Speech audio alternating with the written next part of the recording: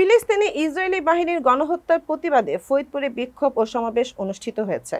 ৭ April সোমবার সকালে Faridpur press ক্লাবের সামনে থেকে শুরু হয়ে শহর প্রদক্ষিণ করে জনতা ব্যাংকের মোড়ে অবস্থান নেয় শিক্ষার্থীরা। ১ ঘণ্টাব্যাপী অবস্থান শেষে প্রেস ক্লাবের সামনে মোনাজাতের মাধ্যমে কর্মসূচি শেষ হয়। বিস্তারিত থাকছে ফরিদপুর জেলা প্রতিনিধি নিরঞ্জন মিত্র নিরুর তথ্যচিত্রে।